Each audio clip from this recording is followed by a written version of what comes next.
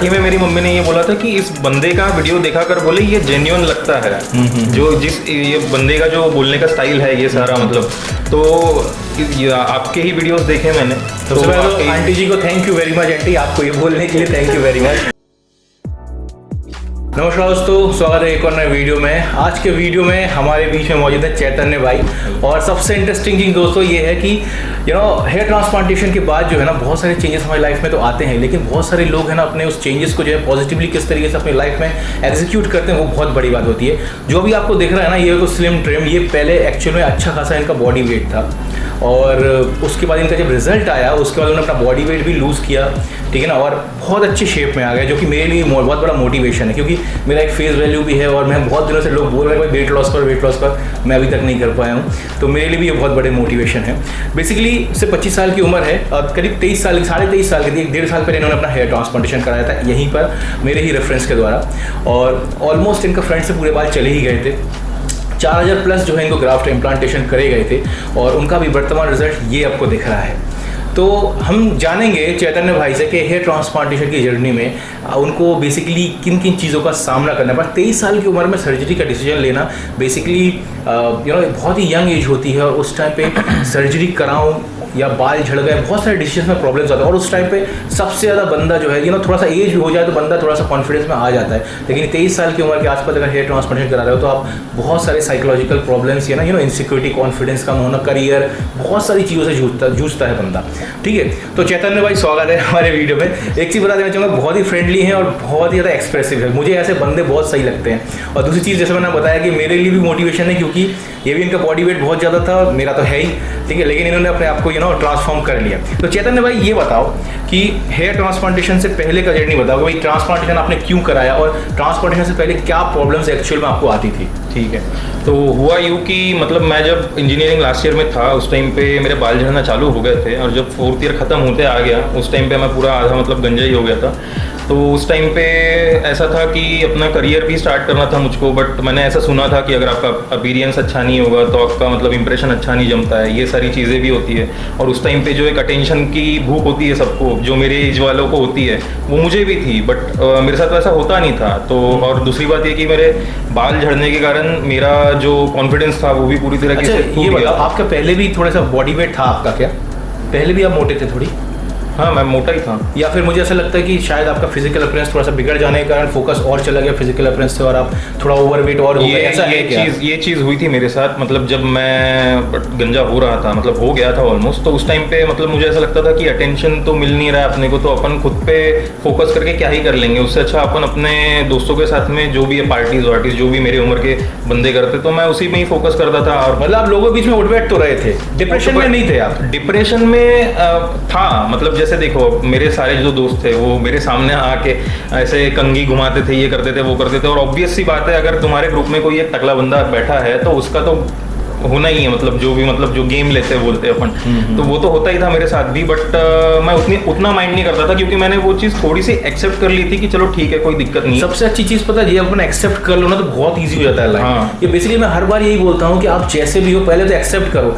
First stage वही है कि हाँ आप अगर जब तक आप जूझते रहोगे ना यहाँ पे, वो स्ट्रेस लेवल को बढ़ाता है, और स्ट्रेस लेवल से आपका हेयर फॉल और बढ़ता है। सबसे पहले एक्सेप्ट करो कि हाँ भाई बाल झड़ रहे हैं या झड़ रहे हैं, फिर उसका सॉल्यूशन की तरफ बढ़ते हैं। अब ये मेरा कहना है कि आपके करियर पे उसके कारण कोई फोकस बिगड़ा, या फिर आपकी लाइफ में ऑपोजिट जेंडर गर्ल्स के प्रति या फिर गर्ल्स से कुछ ऐसा नेगेटिव आया, ऐसा कुछ फील आया क्या? बहुत बार मतलब मैं मान के चलो अगर कोई लड़की से आगे से अप्रोच करने जा रहा हूँ बात करने, तो वो देख के थोड़ा सा बताओ। मैं जब कोई अगर लड़की से बात करना चाहता था तो मैं खुद ही मतलब डरता था कि मेरा अपीयरेंस उतना कुछ खास है नहीं, मैं पहले ही गंजा होके बैठा हूँ, तो ऊपर से बॉडी वेट भी बढ़ा हुआ था, तो वो सारी एक चीज़ें होती है, तो वो मुझे भी था, तो मैं बात नहीं कर पाता था। अच्छा, कॉन्फिडेंस गिरा हुआ था? कॉन्फिडेंस तो पूरा ही गिरा हुआ था। करियर में कुछ प्रॉब्लम्स आई इससे? कुछ करियर में तो नहीं, करियर में नहीं है। तो ये सबसे अच्छी चीज़ ये है कि दोस्तों कि सब करियर में ही चीज़, ये जो एज होती है या हमें बाल झड़ने के कारण लाइफ में बहुत सी ये चलती रहे, लेकिन करियर से फोकस नहीं हटना चाहिए, बहुत इंपॉर्टेंट है। ये चीज़ मेरे साथ भी ऐसा हुआ है, करियर से मेरा हेयर फॉल के कारण काफ़ी हद तक फोकस हट गया था, और ऐसा कई लोगों के साथ होता है। हालांकि आज तो बहुत सारे लोग एक्सप्रेस कर रहे हैं, ये बंदा भी जैसे आपके सामने आपके बोल रहा है, अभी कई सारे लोग हैं भाई फेस ब्लर कर देना, हमारा नाम मत बताना, ये बहुत सी चीज़ें होती हैं, ठीक है। अब जब से मैंने अपने आप को एक्सप्रेस करना चालू किया, आज के यूट्यूब में बहुत सारे लोग अपने आप को एक्सप्रेस कर रहे हैं, ये बहुत अच्छी बात है, क्योंकि जो इनसिक्योरिटीज़ हैं उसके बारे में जब बात करते हो ना, आपका कॉन्फिडेंस लेवल बढ़ता है और आप कहीं ना कहीं ओपन हो जाते हो और उसके सॉल्यूशन की तरफ बढ़ते हो आप, ठीक है ना। और कहीं ना कहीं आप दूसरों को ही मोटिवेट करते हो, इन जब बातों से आप लोग भी मोटिवेट हो रहे हैं, क्योंकि हमारी तरह और भी सारे लोग जो है ना इस चीज़ से जूझ रहे हैं। इट्स वेरी कॉमन थिंग, बहुत नॉर्मल है। तो अब बात ये उठती है, 23 साल की 23.5 साल की उम्र में आपने हेयर ट्रांसप्लांटेशन का डिसीजन कैसे लिया? तो बात तो ऐसी बेसिकली इस क्लिनिक के बारे में आपने जैसे बताया कि मेरे रेफरेंस से आप आए हो, तो मेरे बारे में मतलब हमारे चैनल के बारे में कैसे पता चला? मैं एक्चुअली मैं सर्च ही कर रहा था ये अपने क्लिनिक्स वगैरह, और ये प्रोसीजर बेसिकली होती क्या है हेयर ट्रांसप्लांट की, तो ये सारी मैं देख रहा था। तो यूट्यूब पे मैंने चैनल्स देखे, फिर आपका चैनल दिखा मुझे, तो आपके चैनल में जो कंटेंट मुझे लगा कि जेन्युइन है, ये बंदा सही में, और जो आप जिस तरीके बता रहे थे ना कि आपकी मदर भी शायद बोल रही थी। हाँ, मेरी मम्मी ने ही खुद मतलब बताया था कि मेरी मम्मी ने मराठी में, मतलब जैसे मैं नागपुर का हूँ तो मराठी चलती है मेरे घर पे, तो मराठी में मेरी मम्मी ने ये बोला था कि इस बंदे का वीडियो देखा कर बोले ये जेन्युइन लगता है, जो जिस ये बंदे का जो बोलने का स्टाइल है ये सारा, मतलब तो ये आपके ही वीडियोस देखे मैंने। सबसे पहले तो आंटी जी को thank you very much, aunty आपको ये बोलने के लिए थैंक यू वेरी मच। हाँ, फिर उसके बाद मैं यहाँ पे आया आपके रेफरेंस से, तो फिर मुझे भी ये क्लिनिक जेन्युइन लगा। अच्छा, दूसरी बात ये कि बजट फ्रेंडली था और यहाँ का स्टाफ तो बहुत ही फ्रेंडली है। अच्छा, ये सर्जरी से पहले जैसे मैं बार बार ये हर सब बंदे से पूछता हूँ कि मैं ये भी बोलता भी हूँ कि यंग एज में अगर डोनर एरिया है तो हेयर पैच के लिए, आर्टिफिशियल हेयर्स के लिए नहीं जाना चाहिए, हेयर ट्रांसप्लांटेशन के लिए जाना चाहिए, अगर आपके घर के लोग अलाउ करते हैं, मेडिकली फिट हो और अगर फाइनेंशियली आप स्टेबल हो तो आपके मन में कहीं हेयर पैच का डिसीजन या फिर हेयर फाइबर डाल लूँ, या फ्रंट आपका तो फ्रंट गया हुआ था तो हेयर फाइबर काम नहीं करता, हेयर पैच का डिसीजन नहीं आया आपके दिमाग में? मेरा ऐसा था कि मैं मतलब ऑब्वियसली ऐसा था, मैं रोता था, रोया तो नहीं, बट ऐसे मतलब मम्मी पापा के साथ में शेयर करता था ये बात, तो मैंने मम्मी पापा को भी बोला था कि मैं हेयर पैच लगाता हूँ, बट मेरे घर वाले ही थे, उन्होंने बोला कि हेयर पैच लगाने से कुछ फर्क नहीं पड़ेगा, तो वो 4-5 साल यूज करेगा, फिर उसके बाद वापस से दूसरा लगाना ही पड़ेगा, उससे अच्छा 4-5 साल नहीं, 1 साल बाद ही बदलना पड़ता भाई वो। 1 साल, हाँ, 1 साल बाद, 1 साल। तो फिर मम्मी पापा ने ही बोला कि परमानेंट सॉल्यूशन अवेलेबल है जब अपने पास, तो क्यों उस पे जाना, अपन परमानेंट ही करते हैं। तो मेरे से पहले मेरे मम्मी पापा ने ही ये क्लिनिक सारे सर्च करने शुरू किए थे, फिर उसके बाद में मुझे मम्मी ने एक आइडिया दिया कि ऐसा ऐसा होता है, फिर मैंने वो सब देखा और फिर क्लिनिक सर्च करना चालू किया था। अच्छा, तो इसमें जैसे कि अभी मैंने एक बंदे का इंटरव्यू किया था, बंदा उसको दोस्तों ने बताया कि भाई एलियन फेस हो जाता है, फूल जाता है, हाँ, खून निकलेगा, जैसे आपको 4000 ग्राफ्ट लग रहा है तो 8000 बार आपके सर पे पोक किया जाएगा, हाँ, ब्लड निकलेगा, तो ये सारी चीज़ों क्या आपका पहले से पता था कि या फिर आप मतलब मेंटली प्रिपेयर हो गए थे? पता? हाँ, ये आपके वीडियोस देख के ही मुझे पता चला था कि ऐसा ऐसा होता है, तो खुद ही मतलब मेंटली प्रिपेयर करके आ गया था मैं खुद को कि ऐसा ऐसा होता है, तो भाई कोई दिक्कत नहीं है, और सारे डॉक्टर्स यहाँ के जो है प्रोफेशनल्स ही है, तो फिर वो डर जो था वो नहीं था। हाँ, क्योंकि अगर जहाँ पे हजारों सर्जरीज हो रही हैं तो वहाँ पे प्रोबेबिलिटी फैक्टर सक्सेस के बढ़ ही जाते हैं। और दूसरी चीज़ अब आते हैं जो सबसे इंपॉर्टेंट चीज़ है, इनका रिजल्ट आ जाने के बाद, अभी आपको 1.5 साल हो गए ना? 1.5 साल। सबसे मेन चीज़ है इन्होंने जो है अपने फिजिकली जो ट्रांसफॉर्म किया। मैं यही पूछना चाहूँगा कि भाई क्या मतलब, आप खैर बहुत सारा दिख रहा है आपका, तो क्या मतलब हुआ है ऐसा सर्जरी की रिजल्ट आ जाने के बाद आपकी लाइफ में क्या चेंजेस आए? पहली बात तो ये कि मेरा कॉन्फिडेंस जो है एकदम से बूस्टअप हो गया। मैं जनरली एक चीज़ बताना चाहूँगा कि जब मैं कपड़े लेने जाता था और जब ट्रायल रूम में जाता था, तो भले ही कितना भी अच्छा शर्ट रहो या टी शर्ट रहो, तो वो लेते टाइम मुझको मतलब अजीब ही लगता था कि भाई बाल तो है नहीं, किस लिए खरीद रहे हो करके। ये चीज़ जो आप बोल रहे हो ना, अच्छा, ये आपको कहीं ऐसा लगा कि कपड़े लेना बंद कर दिया हो, ड्रेसिंग सेंस कम हो गया हो? हाँ, ऐसा फील आया क्या आपको? ये मेरे साथ भी सेम हुआ था कि मैंने कपड़े खरीदना बंद कर दिया था। मेरे पास 5-5 साल पुरानी टी शर्ट थी, यहाँ से फटी, किसी की शादी पार्टी में जाओ तब लेता था। मेरे साथ ऐसा होने लगा था। ये हुआ क्या आपके साथ? हुआ है। मेन चीज़ ये है कि सजने की इच्छा जो खत्म हो जाती है, सोशलाइजिंग बंद हो जाती है। लेकिन मेरे को ऐसा लगता है पर्सनली कि ये करना नहीं चाहिए, क्योंकि देखो लोग तो तुमको फील कराने के लिए बैठे ही हुए हैं कि तुम हमारे बीच में उठने बैठने लायक नहीं रह गए हो, या फिर तुम बेसिकली एजेड दिखने लगे हो। फिर भी मुझे ऐसा लगता है, मैंने तो एक टाइम तक मेरा डिप्रेशन में रहा हूँ मैं भी बॉल्डनेस को लेकर, लेकिन मैं उस चीज़ को तोड़ के वापस बाहर आया हूँ, ठीक है ना। तो मैंने बॉल्ड होकर बहुत सारी लाइफ जी हुई है और बहुत ग्रेसफुली जी है अपनी, ठीक है ना। ऑफकोर्स आप अपने उम्र से बड़े दिखते हो, अपोजिट जेंडर के सामने डेफिनेटली थोड़ा प्रॉब्लम आता है, बट वंस आपके नेचर को आपसे जब कनेक्ट करते हैं लोग, तो चीज़ें वापस नॉर्मल हो जाती है। इनिशियली थोड़ा प्रॉब्लम जाता है, ठीक है ना। उसके बाद ये वेट लॉस का कैसे आया फिर? एक्चुअली ऐसा हुआ था कि जब बाल मेरे वापस आए तो मुझे अंदर से ही लगा कि भाई इतना अगर इम्प्रूवमेंट हुआ है, कभी हेल्थ पे अपन ने ध्यान दिए नहीं, तो चलो थोड़ा बहुत हेल्थ पे भी ध्यान दे देते, खुद को थोड़ा और इम्प्रूव कर लेते। तो उस हिसाब से फिर मैंने मेरा वेट लॉस भी चालू किया। तो अभी 6 महीने हो गए हैं, मैं अपना वेट लॉस कितना कर लिया कम? अभी 12 किलो, 12 kg कम कर लिया। 12 किलो। और मैं अभी बिफोर आफ्टर की पिक्स आपको दिखा ही रहा हूँ, वैसे आप देख लीजिए कि बंदा पूरा चचा था अब नया लौंडा हो गया, वापस वही नया लौंडा हो गया।